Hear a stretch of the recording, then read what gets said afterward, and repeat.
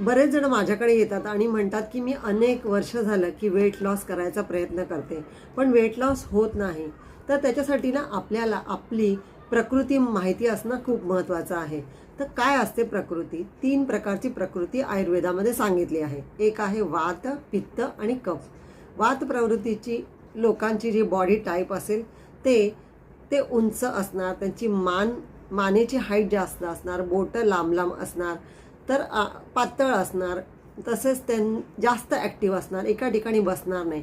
तर ह्यांचं मेटाबॉलिझम हे चांगलं असतं, जे काही ते खातात तर ते लगेच डायजेस्ट होतं. तर त्यामुळे ही वातप्रवृत्ती लोकांचं वजन लवकर वाढत नाही आणि खाल्लं तरी पण ते त्यांना पचून जातं.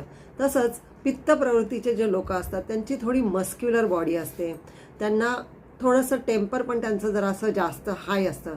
तर पित्त प्रवृत्तीच्या लोकांनी काहीही खाल्लं तरी त्यांना डायजेस्ट होतं.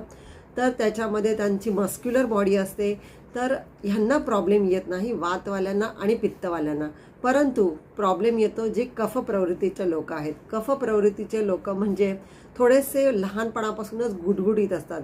त्यांना वजन कमी करण्यासाठी प्रॉब्लेम येऊ शकतो, कारण त्यांच्या शरीरामध्ये म्युकस हा जास्त असतो. म्हणून पहिले तर तुमची बॉडी टाईप समजून घ्या. वात आहे, पित्त आहे का कफ आहे, आणि मला कमेंट करा.